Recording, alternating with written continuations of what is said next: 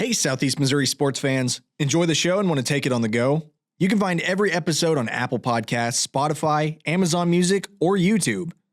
Tune in as they air by searching SEMO Sports Zone wherever you may be listening.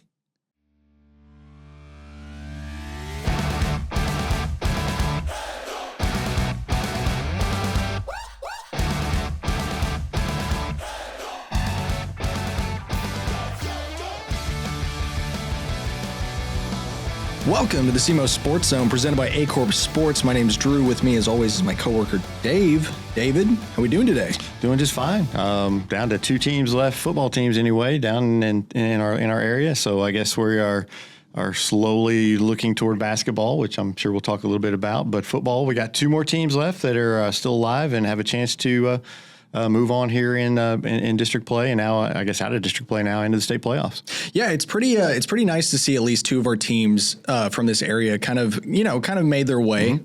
I don't really know what the kind of typical net value is for most of our teams in the area, like going throughout the years. But to see two teams in District 1 that are pushing along that we know of. I mean, that's always nice to see. Yeah, anytime you get a team out from this area, it's a good thing because, I mean, there's not much success in football from this area. I mean, we have 3 state titles since '69, I think, so in Southeast Missouri. So that's anytime you got teams that are in the quarterfinals, that's a big deal.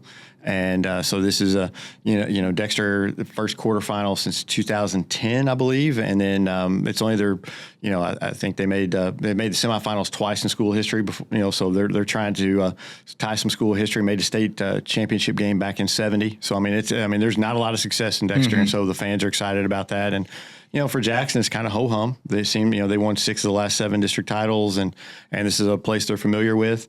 So it's just kind of two different teams that are there, but it's a lot of fun for especially for those fans that are getting to play on the cold Saturday afternoon. Yeah, it's always nice to see the dichotomy between teams around here. Like you said, for Jackson, this is kind of ho hum. This is their territory, mm-hmm. But for Dexter, yeah, this is pretty monumental. I mean, not since 2010. That's what, 14 years? Yeah, and before that it was 86, 87. They made quarterfinals in 87, semifinals in 86.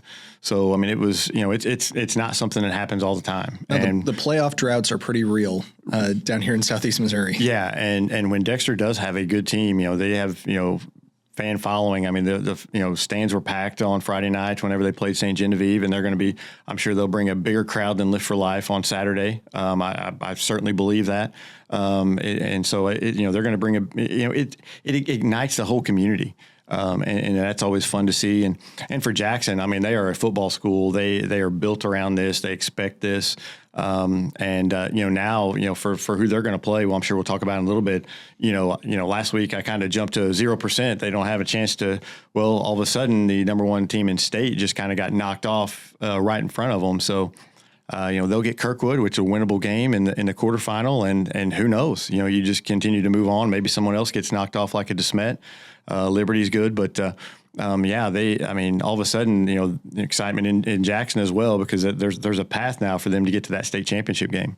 Definitely something to take a look at too. I mean, I don't know how many people are into the Misha streaming service, but I've been buying a few games, and that's definitely what I'm going to want to take a look at later on. Yeah, I mean that's going to be a barn burner game that Jackson's going to play here on Saturday with Kirkwood. They haven't played since '97. I mean, it's been a long drought between those two,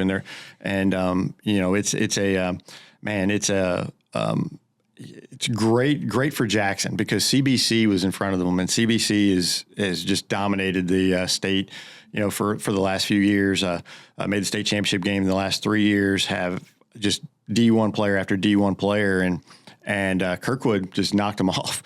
It's one of the biggest upsets in the state so far this year, and so Jackson's going to have a game that is not as daunting as they had, and man, I know some Jackson people, and they're really excited about Saturday afternoon.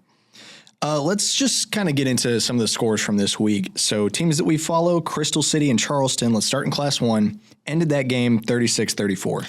Yeah, Crystal City, the game was tied at 28 going into overtime. Crystal City was able to get the score first and got the 2-point conversion. Charleston was able to score right off the bat And then they missed the 2-point conversion, and season was over for Charleston. Some stuff happened after the game. We won't get into too much of that, but it's not the way Charleston wanted to end the year, on the field and off. And it's just a bad situation. Great season for Charleston. They really exceeded some expectations. I really thought that they could win this game and thought it was going to be close, and it was. And they just didn't make the play there at the end to send it to another overtime. But a good season for Charleston. They've got some younger guys that they're going to be able to build on with. So I think they're going to be back and be good again next year, and probably won't slide under the radar next year. I think that more people are going to expect them to be good, but just a tough way to end it for Charleston. And they'll go into basketball season, and we'll see what happens after this after game, if there's any repercussions from that. But man, it's a tough way for Charleston to end, because that was everything I was told was it was an outstanding football game. Yeah, I mean that's kind of from what you've told me, from kind of what I've heard from a few people, that it was just a really well played football game. And you're right. I don't think Charleston next year is going to be that under the radar team. I think they've gotten enough recognition now that they're kind of, not the top dog in Class 1, but going to be a top dog in Class 1. It's not going to be a game that even teams like Class 3, Class 2, whatever, even Sykeston, they're going to have to look at Charleston and be like, and that's a big game. Yeah, I mean, Sykeston lost to them this year. So, I mean, it's already one of those that, you better be looking forward to that game. And St. Vincent loses a lot of seniors. So this Class 1 is attainable. Hayti is going to be better. They've got a lot of young guys, but so does Charleston. So that's going to be I think Class 1, District 1 next year, if it stays the same. You never know how they're going to stack it again next year. But, I mean, it looks like Charleston would have a chance to make some noise in that Class 1. So good for them. Hopefully they get better over the offseason and continue to get better. And it'll be interesting to see what they have next year. You can definitely see that competitive edge starting to grow between these two teams. Hayti and Charleston especially, you could see it from the start of the year too, that their athleticism, things like that, they're putting themselves ahead of the pack. It's just that little bit of growing up that both teams have to do to kind of push them into that space that we're thinking they need to be in. And like you said, I really think that's next year. That's probably going to start happening for sure. Yeah. Moving on to Class 2, Valley at Crothersville. I kept saying Crothersville was going to give them a game if it wasn't raining outside. Unfortunately, I was wrong about that. Yeah, we were both talking about that, about how it would be interesting to see what Crothersville did if that game was played on a dry track and, they could use their speed a little bit more. It did not matter. Crothersville just could not stop Valley. Valley did what they wanted, and that game was out of hand quick. And, Crothersville, another team that had a good year, but, Valley in your district and with the district title, it's just tough. Valley's just a machine. And this kind of stinks for teams like Dexter and St. Genevieve and Park Hills Central, because Valley probably, especially if they continue to win here, probably bumps up to Class 3 next year again, and then you've got them in your district. So that's not good. I know a lot of teams around here were rooting for Crothersville, but yeah, Valley's just a machine, and Crothersville just ran into the machine. I mean, pretty good year. I mean, you have 2 losses, both of them to Valley, but I mean, you swept your season otherwise. But tough way to end the year. But Crothersville had a really good year. Got some really, really good players, and it's a good season from Crothersville. Let's talk briefly about Valley's situation, because we're not really sure. We're not going to know until next year where they're at in class or district assignment. The theory was, even going into this year, that they might end up in Class 3. And a lot of teams in Class 3 kind of put out a sigh of relief of just they're staying in Class 2. If that's the case, if they do move up to Class 3, do you think Valley's going to struggle at all? They did before. I mean, they could not get past, while they were in Class 3, they could not get past Park Hill Central or Kennett whenever they had their run. And so then they get bounced back down to 2. So, yeah, it's going to be a lot more difficult for them. But I don't see a Park Hills, Dexter, I think will still be good next year, but not as good as they are this year. Park Hills Central, I think, will still be good next year. St. Genevieve will still be good next year. But I don't think those teams are anything that Valley can't beat. So I think Valley could continue to do well in Class 3 next year. I would, will it be a lot more difficult? Yeah. But maybe that's where they need to be. where they're not winning districts and stuff every year. So that's the kind of the whole point of the multiplier. So maybe that's where they belong, but it doesn't matter where they're at. They're going to be good, and they're going to be good, and they're going to be a tough opponent. So good luck to them moving forward. But I would be shocked if they're not in Class 3 next year, and that Class 3 District 1 there with Dexter, Park Hills, and St. Genevieve, Kennett, and those schools. So we'll see, but. It's tough when you're those private schools because a lot of times you don't know from year to year where you're going to be. You just kind of a guess. And if you have a lot of success, you're for sure going to be up. Yeah, I think about it, and I don't want to say I'm putting myself in the shoes of Crothersville right now, and I don't know what their mentality is about it at all. And I don't want to say that they're kind of being sour grapes about it either. I feel like they probably have their fingers crossed of like, please let Valley go to Class 3 because if that's the case. Crothersville's got an easy district win. And, for the rest of Class 3, I mean, that's your problem now. You can struggle with that. Yeah. And, for a few years, it was Lift for Life. And Dexter's going to find out all about Lift for Life here on Saturday. And New Mattard kept running into Lift for Life, lost I think a couple years in a row.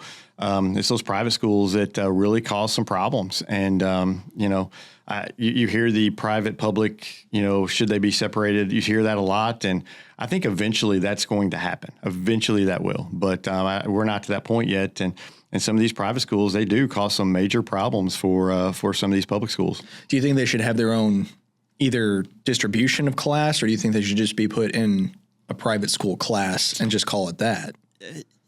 I don't know. I don't. There's not a right answer because I don't have a huge problem with the multiplier system they have now. I don't have a huge problem with it, except whenever you get into the larger ones. If you're punishing Valley, if they're a Class 1 school and you're making them bump up two classes, I don't have a problem with that. I mean, that's it's an ebb and flow, right? Yeah, I mean, you're always going to have, it's just the way it is. I don't have a problem with that. But when you're in Class 6 and you're a private school and you're already you can't punish you anymore. You're already in the largest class. And then you continue to get these D1 kids that come in and who knows how they're getting there and because you can recruit. I mean, you can go out and actively recruit. So, yeah, that makes it a lot tougher. Like schools like CBC and DeSmet, they can get those kids in right and left. And if I'm Jackson, I'm like, I want private and public, separate because then Jackson has a chance to do something in Class 6, a lot bigger chance than they do now because, those schools are out of your way. So I don't know. It just depends on, I think, where you're at in the scheme of things. And, like this year, I'm sure Dexter's like, no, we're good with it. Next year, they may be, oh, no, we need private public split. I think it all depends on where you are at the time. Yeah, I don't want to say it's where you're at, depending on the season and who you lost to. I see your point, but I also find that, Jackson already struggles to find opponents. Mm-hmm. And I think once you get to this point, too, is that the state has to look at it and say, it's a private school. They're doing very well. There's nothing we can really do to stop that.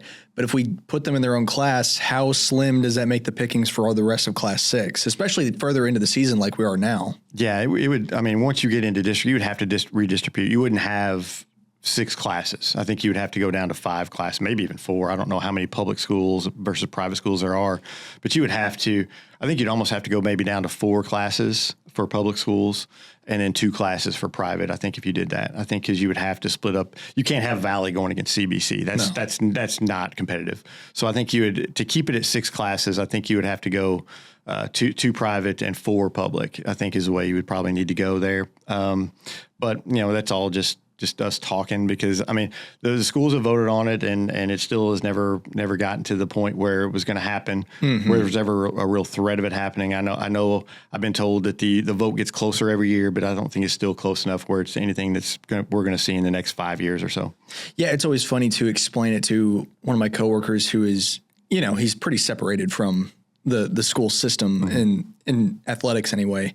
And he's like, so how do these classes work? How does a private school end up in way further classes than they're supposed to be? And it's like, okay, let me get the bulletin board out. Yeah, because you got to give a math lesson just to, with all the points. It used to just be just a straight multiplier, a 1.3 multiplier, but that wasn't doing the job because you were still having teams that were still having teams in the wrong classes. So, there's no perfect way, but that's just something for us to debate about on podcasts and things. Yeah. So it makes it fun. I mean, it's as competitive now as we've seen it. So if it changes, I hope it's more competitive. If it's not, I mean, that's just the thing you kind of got to roll with. Yeah. Moving on, let's talk about Class 3. This was the game we both attended. Dexter, St. Gen at Dexter. I got a lot to talk about on this game, I think. I have a decent amount to talk about, too. We could probably talk for a while on this game. The first half was just terrible for Dexter, and they continue to do that, where they just don't play as well in the first half as they do the second. I almost left at halftime because I'm like, there's nothing that I've seen in this first half that leads me to believe Dexter can win this game. And then, of course, they come out in the second half, completely change their offensive philosophy. They start running the ball instead of throwing it. They're able to slow down the St. Genevieve offense, which I was very impressed with St. Genevieve's quarterback. Unfortunately, he got hurt and had to leave the game in the second half. That kind of hurt St. Gen, but Dexter had already retaken the lead at that point. But man, second half, they looked really good. Lee Michael McDonald looked really good. You could really tell that they missed Hunter Neely in the first half, who got injured during the week in practice. They really needed him, I think, for the, in a defensive backfield there. In the second half, though, Devin Turnbow definitely took up that placement. Absolutely. He really stepped up and played well in the second half. I thought Christian Wers did a great job he made a huge stop there I think it's into the first quarter, maybe I think in the first quarter, whenever he flipped the quarterback and stopped him short of the goal line at the 1. Just a great play. And that ended up being huge because I think if they're up 20-0 at halftime as opposed to 13-0, would have been a different game. That's a whole different thing. It's tough to come back from that. Dexter lost Jet Grahams in the game, late in the game. Hopefully he's okay. I've heard it was a hamstring that he should be able to play, but you never know. Hamstrings are tough, and it's tough to come back from those. It did not look good whenever he got hurt. He got hurt twice too. Yeah, he got flipped over on his head the first time, and then of course he got his legs kind of split and kind of got the leg landed on. That did not look good. He was very ginger on it after the game, but kudos to Dexter. You had adversity. You had a really you could have just packed it in and been like, well, it was a good season, but they didn't. They really kind of fought back there in the second half, and made some adjustments they needed to make. I thought they played really hard in the second half. You've got to figure out a way to come out hard and play hard in the first half and not make the mistakes that you do in the first half, anymore, because you're going to be playing really, really good teams from here on forward. But yeah, I thought Dexter, very, very happy with the way Dexter played that second half, and they showed how good they can be. Yeah, I guess my biggest complaint is I don't really understand that first half. Not because it seemed like St. Gen was just running roughshod over them. They didn't. Dexter's defense was competitive the entire time. Holding them to 13 points at the half, I mean, that was impressive. I don't understand that offensive switch up, though. Why would you switch to a passing game when you know your bread and butter has been your run game for the entire season? Yeah, I think a lot of the fans were asking the same thing. I know that it seemed like they were kind of loading the box maybe a little bit, so kind of taking away some of the running lanes. The St. Genevieve defensive front is pretty good. I mean, I think they were causing their the Dexter offensive line a little bit of problems early. Tough to get those looks, but yeah, maybe a little too much passing, and then you kind of you get the turnover there right before half, so you kind of have to throw there, and that didn't end well. They kind of stalled out. I think all three of their drives stalled out in St. Gen territory a couple of times in the red zone in the first half. They just weren't able to. I don't know why you just don't. Just kind of try to punch it in there. You had a couple of holding calls that kind of hurt you too. They kind of put you in some passing downs. But I feel like it was more the switch up to like, oh, we have to go for this 35-yard pass instead of just throw a slant pass and get your first down. Yeah. There was a beautiful wheel route to Devin Turnbow that was there. But for the most part, yeah, it seemed like they were just kind of just throwing it up, not kind of looking for the underneath stuff. St. Gen was I don't remember the kid's name, but number 99, boy, he was able to get a lot of pressure on Howard, and they stopped that in the second half. I don't remember him getting any pressure on him in the second half, but they also ran the ball a lot. And I think in order for play action to work, you actually have to run the ball a little bit. So I'm not in the coaching meetings, so I don't know. I don't know what they're seeing on all the film. I know what I see sometimes, but I don't. I'm not a coach, so they may see some other things that they want to try to exploit, but yeah, whatever it was in the first half didn't work, And but they came out in the second half, went back to the bread and butter, went back to the running game, and it worked and worked and worked. And I thought they did a really nice job, and I thought they made some really nice adjustments in the second half defensively as well, because the quarterback, how fast was he? Boy, he's so fast. If he and he's not very big. So fun to watch. He's not very big, and he would just get behind, and he would kind of run that delay run where he would get behind his offensive lineman, and you lose him, you can't see him, and all of a sudden he's gone because once he's in open space, you can't catch him. So he's just really fun to watch. He's got a good arm. I think his main downfall is Dexter was taking away those crossing routes, making him throw it deep, and the ball just kind of hangs up whenever he's throwing it deep. He doesn't throw a great deep ball, and Dexter was able to get some interceptions there. Well, I don't want to ever say I think this play resulted in injury, and I don't want to say an injury is what changed momentum, but there definitely was a momentum shift for Dexter down 13. I feel like it's when Nolan got that first sack, his sack of the game, and then that's when I could kind of feel it all like, okay, we're still in this. And then that's when the shift happened. I feel like they immediately scored on the second drive after that. So, it's for Dexter being a second half team. They are a second half team. They have sequestered themselves in that space. You have got to stop being a second half team, especially going forward. Yeah, because if you do that against Live for Life, if you come out and play the way you in the first half you did against St. Genevieve, you do that against Live for Life, you're down 30-0, and you can leave at halftime if you're a Dexter fan, because you're not coming back from that. Not against the Live for Life. They're a whole different beast. And you just cannot do that. You've got to come out and from the get-go, you've got to come out with the intention of, hey, we're going to start strong. I think you've got to run the ball against them. You've got to just line up and try to just run the ball, control the clock. And, you just got to – and if on defense, they're going to be throwing it deep. They like to spread you out. They're going to throw it deep a lot. They're going to try to use their speed. And they've got guys matter of fact, they've got a receiver named Burden. Mizzou fans might know a Burden, and he's a relative of and they're very similar, very fast, very and Live for Life has those players all across the receiving core, their running backs, and they're going to try to just spread you out, and they're going to throw deep.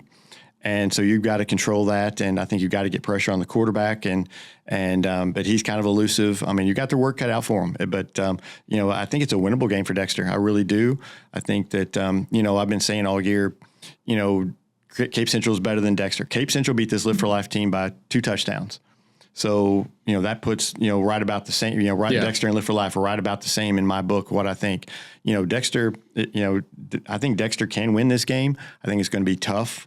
I would think Live for Life would be maybe a touchdown favorite. I'm not a Las Vegas guy, but I think they would maybe a touchdown favorite. But you're going to be up there playing it in Melville. Neither team really has a home field because this is going to be played at Melville High School. So, Dexter's got a chance, but they cannot come out slow. No, and we've been very critical in this analysis of this game. I feel like that's also because, I'm a fan of this Dexter team. And when I'm a fan of something, I get pretty critical about it. Yeah, same here. So, all credit to them. District champions, that's awesome. Not discrediting that achievement at all, but I'm looking forward, and I want them to go further than they've gotten before. And when I see that, I see all these mistakes that are being made, and it's like, okay, these are easy corrections that you can make. And they've got such diversity and skill and, just weapon play that they can work with. And so when I look at it, it's like, okay, work with what you got. Don't try and remake your season right now. You're 12 games in. You're set. So just be set. Yeah, absolutely. And I think one of the good things about Friday night is they showed that, we don't have to have Jet Grams to win this game. Yes, it makes us better. But, okay, Jet goes out and Lee Michael McDonald steps up and runs for over 200 yards. And that's been consistent. Right. Every time a defense has locked Jet down, somebody steps up. And that's so important because so many teams fall to the wayside because their star player gets locked down and they have nothing to do. Yeah. And obviously, if you're Dexter, you want Jet Grams back for this Live for Life game. If you don't, you still have other weapons. I'm more concerned, can Hunter Neely come back and help you? Because, again, Live for Life, they're going to throw the ball a lot, and you're going to have to have – and you need your best defensive backs back there. Can he get healthy enough to play and be 100%? Because if he's not 100%, then, I don't know. Because, you're going to have everybody's going to have their wheels on Saturday because, I mean, this Lift for Life team is very fast, and they're going to try to get behind the defense and throw it over the top of you. You've got to stop that. And, there's two ways to stop that. You can either, put everybody back in coverage and just hope that they don't go, play it where they force them to throw underneath, or get some pressure on that quarterback and force him out of the pocket where he doesn't have time to throw it deep. So those are the two options you have, and I'm sure the Dexter coaching staff knows that, and I'm sure they're going to have a good game plan. I'm sure they were there for that Lift for Life game yesterday. But I really hope Hunter Neely is able to play. I don't know how the severity of his injury or anything, but I really hope he's able to play on Saturday. Moving on, let's move on to Class 4, Festus and Perryville. Ended that game 43-0. Yeah, kind of what I thought. Perryville, they play they've had a really good year. Yeah. But they don't exactly play the toughest schedule. Mm-hmm. And so some of their wins, were they were good wins, but they weren't exactly against the toughest teams. And they got Hillsborough with a backup quarterback, and were able to beat them. But Festus is good. And, Festus is a real deal, and Festus is going to probably make some noise in Class 4. So, Perryville had a great year, but, Festus was clearly the class of that district this year. So we don't really have much to talk about this game, but it's also just the weirdness of Class 4. We're so separated from it. If it wasn't for Sykeston, we probably wouldn't even talk about Class 4 at this point. Yeah, I mean, I know it just from Sykeston and talking to a couple of the coaches and players and stuff. But other than I think Sykeston really wanted to play Perryville. They beat them last year. They really thought they could beat them again this year if they played them. But Perryville. I mean, Perryville is due a good year. They're we talk about Dexter not being, but Perryville's Perryville is not a team that ever makes any noise in football. They're just typically not a good football team, and for them to have a year like this, good for them. Yeah. Hopefully that's something that they can kind of continue. They've got a coach in there who's real excited.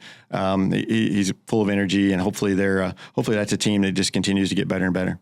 Now you can see their buzz like every time I get on Facebook, I either see something about Perryville, they're like athletic page, something like that, posting about like their success this season. And that's great to see. Yeah, I always love when a team, no matter where they're at in a class, no matter where they're at in like wins, losses for whatever season, when they're excited about their season, regardless, that's always nice to see. Yeah. How about Perryville this year? They get Perryville, whose team makes a district championship, and St. Vincent's going to be playing for a district championship and probably going to go a lot further. Yeah. I mean, St. Vincent, I would think, is going to just hammer on Crystal City in Class 1. I think they're just going to continue to roll.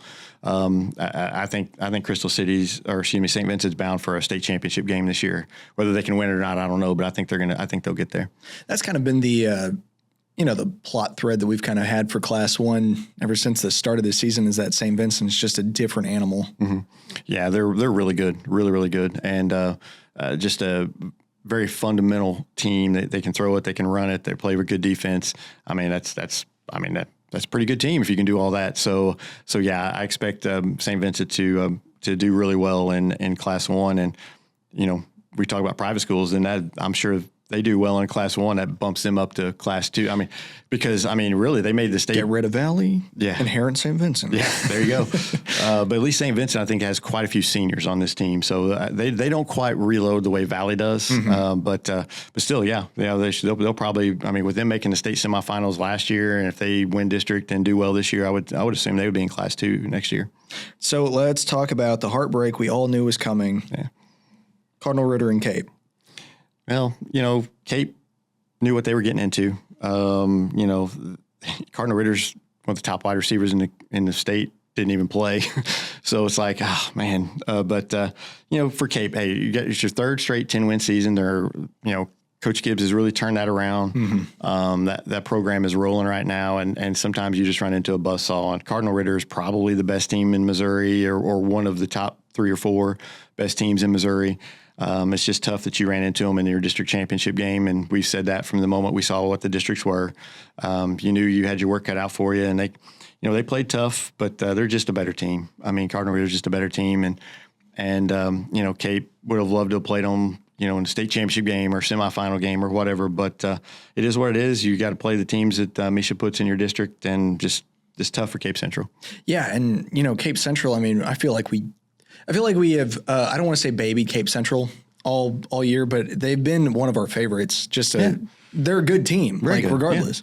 Yeah. This is what, their second, third loss in the season? Second. Second. They lost to Jackson and Cardinal Ritter. That's two pretty good teams to lose to. Yeah. So, I mean, I think of Cape a lot like how I think of Crothersville. It's just like very good team, very solid, does everything right, just has a very tough opponent that's not really their fault that they have to play against. Yeah. I know Dexter basketball years ago back in the early 2000s used to be they were really good, but they would run into New Madrid, who was had a fantastic team in their district. And it's just, and it stinks because if you get out of districts, you're probably the second, third best team in state, but you just got to get out of districts, and just it all depends on where Misha puts you. And sometimes you're slotted into the wrong district sometimes, and that just happened to Cape Central this year. And next year, they're still going to be good, and hopefully Cardinal Ritter's in a different district.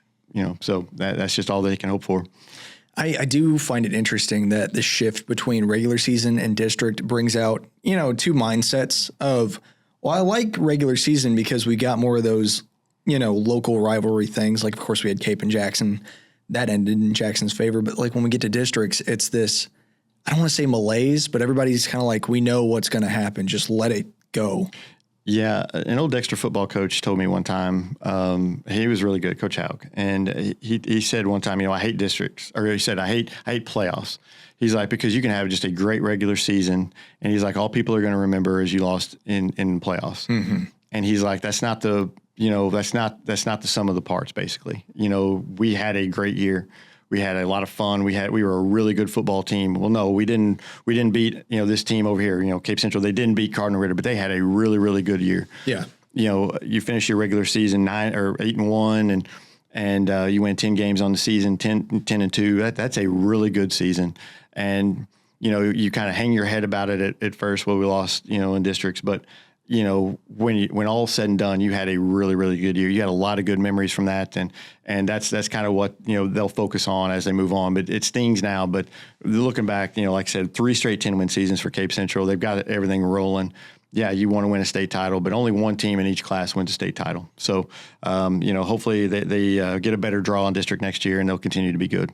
Yeah, for Cape, just understand that you are an impressive program. There's no doubt about that. Yeah, that's a very, very good football team. I've been high on them all year. I saw them week 1 and was just truly impressed, and have been impressed with them all year. Really thought they'd play Jackson closer than what they did, but they really, really had a good year, and good for them, and good for Coach Gibbs. You're not going to meet a finer man. Just good for them. Well, let's talk about Jackson then. Seckman and Jackson, 49-28. First off, Seckman just needs to call Jackson Daddy instead of Jackson, because Seckman just cannot beat Jackson. Seckman undefeated. They're again looking at it like, wait, we've had a great year, and all of a sudden we've got Jackson in our district, and they just cannot beat Jackson. And Jackson they scored on I think it's like a 70-yard run on the very first play of the game, and game over. I mean, it's just Seckman hasn't turned the ball over hardly all year. They had 3 turnovers. It's just Jackson just knows how to beat Seckman. They're not afraid of them. They're not. That's just another opponent, like a SEMO Conference North team for them. That they're used to playing. That. And they just kind of just rolled. They've won 6 of their last 7 districts, and Jackson is where Jackson expects to be. Kind of got on Jackson a little early this year about their defense, and sure enough, they fixed that defense really quick. And Seckman got 28 against them, but I think some of that came late. They're just not Jackson just dominated this game, and good luck to them against Kirkwood. Kirkwood, they've got a really good quarterback. He's going to throw the ball all over the place. It's going to be a tough game. I think it's going to be a fun game. I think that one's going to be a game that goes down to the wire. Really close game, playing up at Kirkwood. So, that's going to be a fun game to watch. I'm going to make a comparison, and I don't know how well it's going to be received, especially by me. I see Jackson as the Ohio State of Southeast Missouri football. Wow, from a Michigan fan saying that. Wow. and yeah, I mean, they kind of dominate, kind of the way Ohio State has dominated, they dominated the Big Ten for quite a while. Yeah, I mean, but, we're still waiting for that Michigan to come up and challenge them locally. I mean, it's just. Not going to say that's the Cape Central, but that's how I. Yeah, and that's what it looks like to me. We mentioned that after the Jackson game, the Jackson Cape Central game. We mentioned that it was kind of the Ohio State Michigan. Now, for the longest time, Ohio State just dominated Michigan. You're waiting for that. You're waiting for that win, And, Cape Central just hasn't got it. But I think you're very accurate on that. I think that's a very, very good comparison. And Ohio State can't beat Oregon, and we don't know where Jackson's going to go in the rest of the season. So. Jackson can't beat CBC, so there we go. They don't have to play them this year, though, so that's good. All right. So congratulations to all these district champions. Very well done. We will see what happens in Class 1 next week. But let's move on to – so there's a couple of awards that people are nominated for. Let's talk about that. Yeah, the Carr Trophy, which goes to the best offensive player in the SEMO Conference. That was the 3 finalists were nominated on I guess it was Thursday or Friday. I'm not sure when it came out, but it came out late in the week. And you got 3 players that we've talked about all year, and we kind of thought about that. Jermonte Alexander from Crothersville, Jet Grams of Dexter, and Zaire Thomas of Cape Central. They were nominated for the Carr Trophy. And then you have the Derlin Moore Award, which is given to the best defensive player in the SEMO Conference.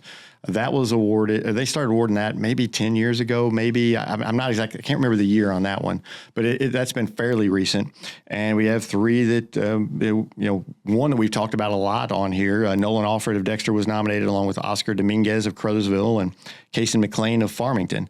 Those 3 were nominated for the Derlin Moore Award, and those will be given out at the Poplar Bluff Letter Club.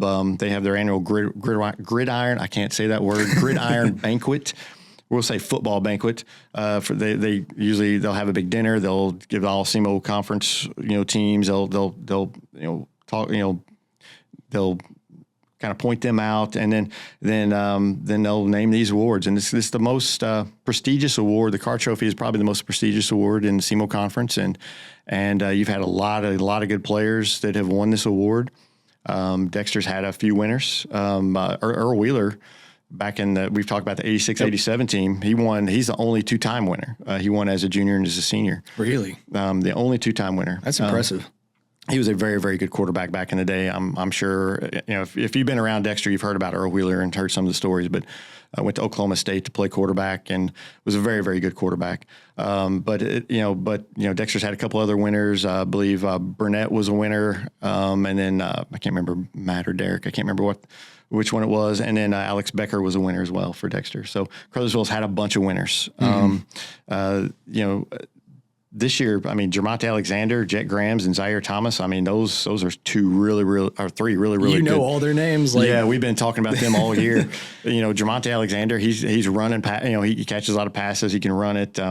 I've got his stats here. He ran for 608 yards with 476 receiving yards and had a lot of punt returns for touchdowns. He's probably the best all-around player. Then you've got Jet Grams, who rushed for just over 1,000 yards during the regular season on 84 carries, scored every 5.6 carries. I was hoping he would get nominated. Because he's so much fun to watch. He's had a breakout season for sure. He's so much fun to watch. He loves the game of football. You can just see it. And he brings so much energy to the Dexter team. He's just so strong, and you just can't bring him down. I was kind of worried that he wouldn't get nominated because they do share the ball with so many different players, and there's not just dependent on one player. But Zaire Thomas is the same thing. Actually, all 3 of these guys are the same way. Zaire Thomas, he only rushed for, I think. He had 1,500 all-purpose yards, but 851 rushing and 558 receiving. But all 3 of these guys, they're not. There's a lot to their offenses besides these guys. I think the interesting thing about Zaire Thomas too is that his stats from this year are basically a mirror of his junior year. Yeah, absolutely. So just consistently good. Yeah, he's all 3 of them are just very, very good players, and you can't go wrong with any of them for the win. Me personally, just because I think maybe I've seen Dexter a little bit more, would probably say Jet Grams. But any of these 3, I think, could win this and be a fantastic Carr Trophy winner. It's a really tough year. The award's chosen by 9 local football officials. They're the ones who choose this award. So who knows, which way they're going to go and what games they've seen. These guys that have kind of stuck out, but congratulations to those 3. And then defensively, we've talked about Nolan Alford all year. He can change games. I thought he changed the game the other night against St. Genevieve with the sack. He's just so good. He doesn't have the tackle numbers that these other guys have, but man, he makes things happen and does a lot of good things for them defensively. And I kind of think he's going to be the winner for the Derlin Moore. I'm going to I don't have the stats in front of me, but I'm going to rattle off what I think are some of his stats for all-purpose tackles. I think he's sitting around, I want to say like high 80s, somewhere around there. It says on the number it had 52 total tackles. 52, okay. 16 and a half tackles for loss and 12 and a half. And this is just regular season. They don't take into account any of the playoffs. This is just regular season. So that's what he had.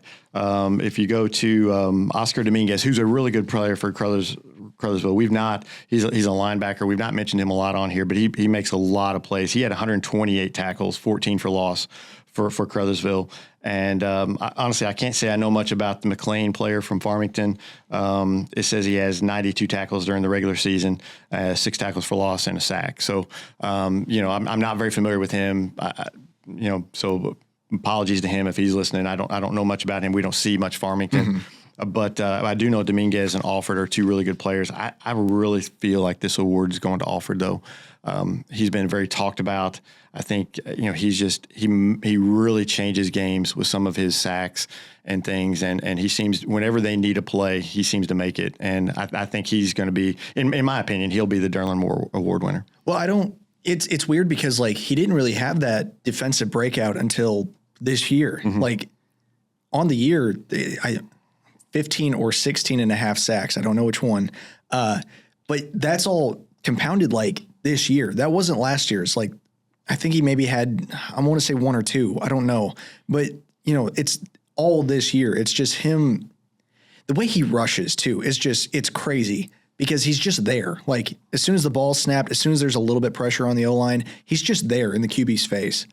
And, to morph your play style into that, not starting from freshman year, but just like really making that breakout stand in your senior year, that's just really impressive. Yeah, he's had a great year. And, you've always kind of heard him, but more, like I said, more offensively. I seem to have heard his name more offensively, but yeah, he's really played great defensively this year. And he hasn't been quiet on offense this year either. No, absolutely not. But he's got such a great first step. And teams, once he started getting these sack numbers started stacking up, these teams are scheming to, double team him when they can and to keep him away from their quarterback. And he's still able to get these sacks and things.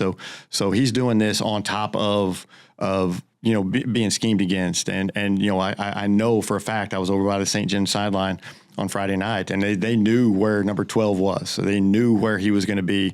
If he was creeping up to the line, if he was they were making their players very aware. They knew where he was. So, yeah, I mean, you know where he's at, and he's still making these plays, and he's just had a fantastic year. And not to sell Dominguez short, because he's had, like I said, I've watched film on several of their games this year, and he's always around the ball. He's a very, very good linebacker, and he's somebody that if he were to win the award, I would say, hey, great pick too, because he's a very, very good player.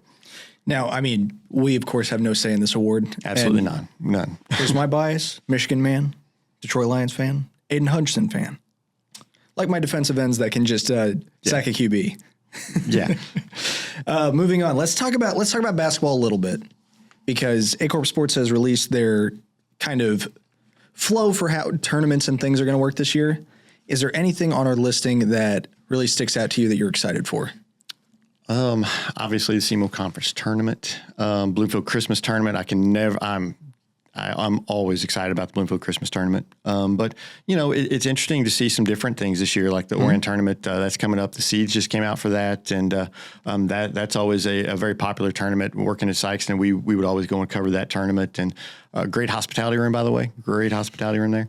And then of course the Riverbend is always the kickoff of everything. Speaking of hospitality rooms, their hospitality room is spot on. We'd have a whole podcast about hospitality rooms for these tournaments. But yeah, I mean, and that's the Riverbend's always to me the kickoff of basketball season. It's like the prototype, I would say, because we mentioned this before.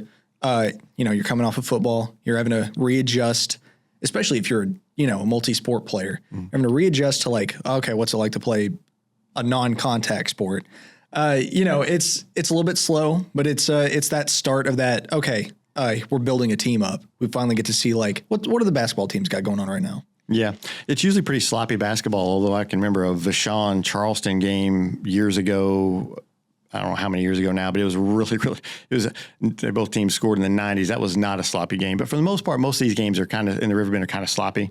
You're getting your basketball legs still underneath you. You're kind of getting you're still learning your offense, your defense, and you're just getting into basketball form. But there's still you can see the players that are going to be fun to watch. You can see the teams that are going to be fun to watch. It'll be interesting to see New Matter this year. They lost so much off that team last year. You're kind of trying to see what they're going to have this year. So it'll be interesting to see New Matter. I'm very interested to see what New Matter has. My coworkers are also very high on New Madrid. They keep telling me they're going to be better than you think they are. I agree with that. I really do. I hope they are. I like seeing a dynasty continue its reign. Yeah. And I feel like New Madrid, the pieces they lost, big pieces. But, if you can fill that spot, if you can let your other players shine a little bit too, because I feel like a lot of those players got overlooked because of, the star power that you're kind of dealing with, especially your big three at that point. I think you're definitely going to be competitive. There's no reason not to think that.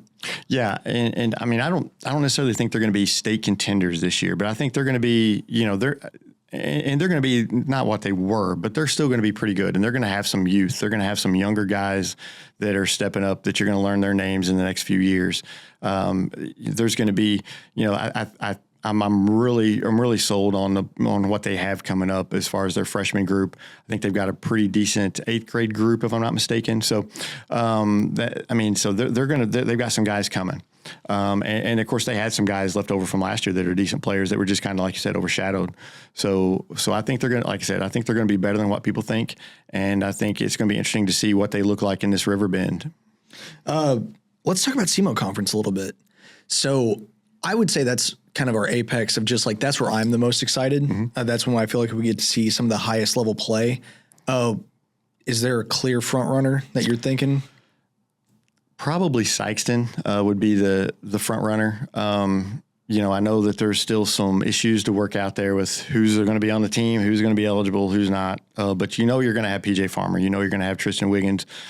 You're going to have, just a bunch of guys that have been there, done that, and they're going to be well coached. And I think that I think they're a good team, regardless of who else may be eligible and who's not. I think they're going to be a very, very good basketball team, and I think they're going to be the clear favorite going in. I think Jackson's going to be good. I think those are kind of the top two, in my opinion. I think you're going to have some other teams right there together. I think the Cape Central, Notre Dames, the Poplar Bluffs, all those teams I think are going to be right there, kind of sandwiched in as kind of a middle of the tier pack. But I think Sykes can be the clear favorite there. Yeah, that's kind of the buzz that I'm seeing is anytime the SEMO Conference mentioned, it's like, well, Sykeston's got this. And I don't think that's necessarily true. I think they're clearly favored. Mm-hmm. But, it's anybody's game at that point. We don't know what these teams have, especially some of them that are maturing now. Oh, absolutely. And I mean, I think Jackson will be a tough opponent to be playing in the in the SEMO Conference tournament as well. It's Sykeston always has the edge because, number one, they're playing at home and they play so well in the field house. Sykeston, a lot of their guys don't play other sports. So, most of these guys, Tristan Wiggins does play soccer, and PJ Farmer, they do play soccer. But, most of these guys are basketball guys and they're playing basketball year round. So they're coming in, and they're already ready in almost midseason form when that SEMO Conference tournament kicks off. And so, because you've got a lot of guys that are just basketball focused. So, and a lot of these other teams, like you said, they're kind of getting guys off the football field. They're kind of trying to get them acclimated to basketball. And so, Sykeston's got, a leg up there. And again, playing at the field house, that's always a leg up for Sykeston. I do remember when I was a kid. So my brothers were always, my one specific brother was always played football in the fall, played basketball in the spring. And, had a really rough start one year and, somebody yelled at him. It was like, they look like a bunch of football players down there. So I can definitely tell that there's they are at that point. There's definitely that divide between like what the expectations are for football players and what the expectations are for basketball players. And I guess when you're playing a dual sport mentality like that, that's tough to adjust to. But here's the beauty, because, like somebody we'll just take Dexter, for example. They've got some players that are on the football field that are going to be on the basketball court, and it's going to take them a while. So they may not be peaking but But while other teams may peak in January, mid-January, these teams with these football guys, I mean, they're going to peak a little bit later. So you may be peaking right there around district time.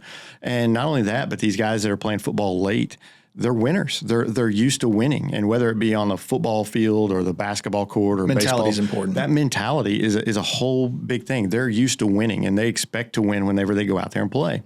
And you know that breeds from one sport to the other. So a lot of times these coaches are like, well, I really don't want my guys getting hurt playing football, but you know, them playing football late into the year, this benefits them just in that mentality, not only just the winning mentality, but a toughness mentality, because you can't win a district title in football and keep playing in the playoffs if you're not tough. Mm-hmm. And so mentally you're winners and you're tough. And I think that it does breed over onto the basketball court and into baseball and whatever other sports that they play.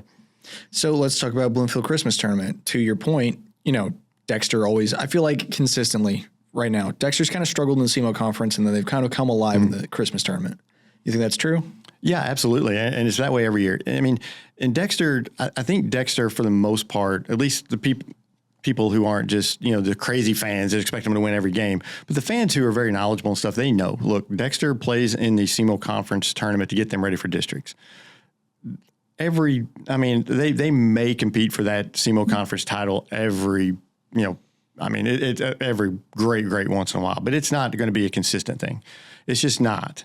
But, you know, that gets them ready not only for districts, but Stoddard County Conference. They're playing tougher opponents. And then whenever they play the teams like a Puxico or a Bernie, you know, they're more adept to play those teams and ready to play those teams. And, you know, and then when you get to districts, then you've got that tougher schedule. Back whenever, you know, we were talking about earlier, when they were good in the early 2000s, they didn't play in the SEMO conference tournament. So those games that maybe would have toughened them up a little bit, they didn't have those whenever they got to districts, and they lose a tough game to Charleston in a district on a tip in. They lose to a New Matter team that's really, really good, but they take it all the way down to the wire. They lose those games, and maybe if you play like a tougher schedule leading up to that, maybe you're a little more tougher to play those games. So, you know, I think that helps. And so Dexter, you know, they do kind of always tend to peak at that Bloomfield Christmas tournament.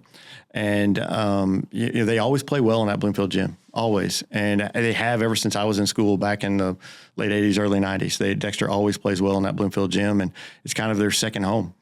Now, I'm going to bring this up, not because I'm a Dexter guy, but just because I see the way it changes people around this time, especially in our office. As soon as the Bloomfield Christmas tournament rolls around, suddenly everybody in Dexter is the bad guy. Yeah. And you go into the Bloomfield Christmas tournament and Dexter's in a championship game. You've got the Dexter fans and you've got every single other fan who's rooting against Dexter. And that's bred by success. I mean, for one, you know, when you win 7 Bloomfield Christmas tournaments in a row, you get a target on your back. You become the enemy. Yep. And just like Alabama in college football has become the enemy because they win so much. Georgia is now becoming the enemy because they win so much. You know, in basketball, Duke, you know, people hate Duke because they win a lot.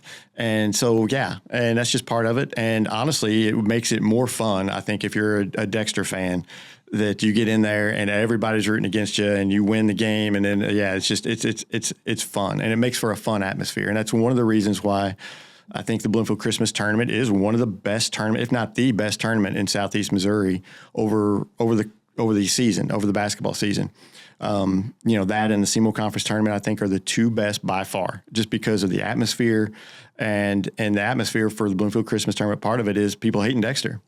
And, you know, honestly, when Dexter gets knocked out of a tournament early and they're playing in those 5th place games and stuff, it takes a lot of the fun out of the tournament. You want Dexter to play in those semifinals and championship games because they're the bad guy, and it's always fun, and you love hearing the boos when they run on the floor, and it's just a lot of fun, and it fires the players up, it fires the fans up, and it's just a lot of fun, and it just makes, to me, it helps make that Bloomfield tournament even better.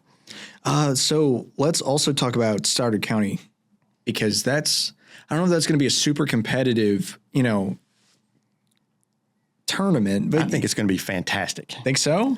I think you've got Richland and Puxico, who are both very good, and you've got Woodland, who everybody's sleeping on, and Woodland is going to be very good. People just aren't. See, I hear that every year, though. Yeah. And it's not that they're not. and they're all juniors and seniors this year. So we've seen them. They're kind of the same age as this Puxico group. Puxico's had a little more success, but this Woodland team, I would not sleep on them. The Kinder kid is a really, really good player. And they are a team that has looked good this summer. I've heard a lot of people talk about them over the summer about how good they look.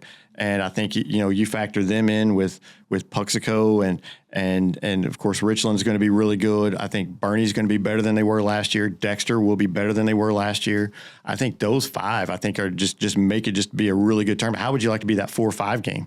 And, assuming that would be like a Bernie Dexter 4-5 game, first round game, and then the winner plays a top seed Puxico, how good would that be? And then you have, a Richland Woodland semifinal. I mean, that's a really, really good tournament, I think. And I think that's going to be a fun tournament this year. Okay. You've convinced me. I've been sleeping on this and I'm wrong. And then I guess, kind of to top off everything, we've got the Charleston 6-man shootout in February. You've covered that extensively. Mm-hmm. What do you think about that? It can be good. I mean, it's a fun atmosphere. I mean, Charleston, if you've ever went to a game in Charleston, you know what I'm talking about. It's different. It's kind of watching the game. And Dexter used to be their old gym used to be kind of similar, where it's not a big gym, but it's full. Yeah. And it's going to be full. And there's some good teams over there sometimes. I mean, sometimes you have some stinker games, but sometimes you have some really, really good games. And I believe Charleston St. Mary's, or was it New Madrid St. Mary's last year? That was such a fun game. That was a really, really good game. And there's always like the marquee game that's always really good. And then some of the undercard games, I've seen some of those undercard games, the very first game of the day will be like a go down to the wire.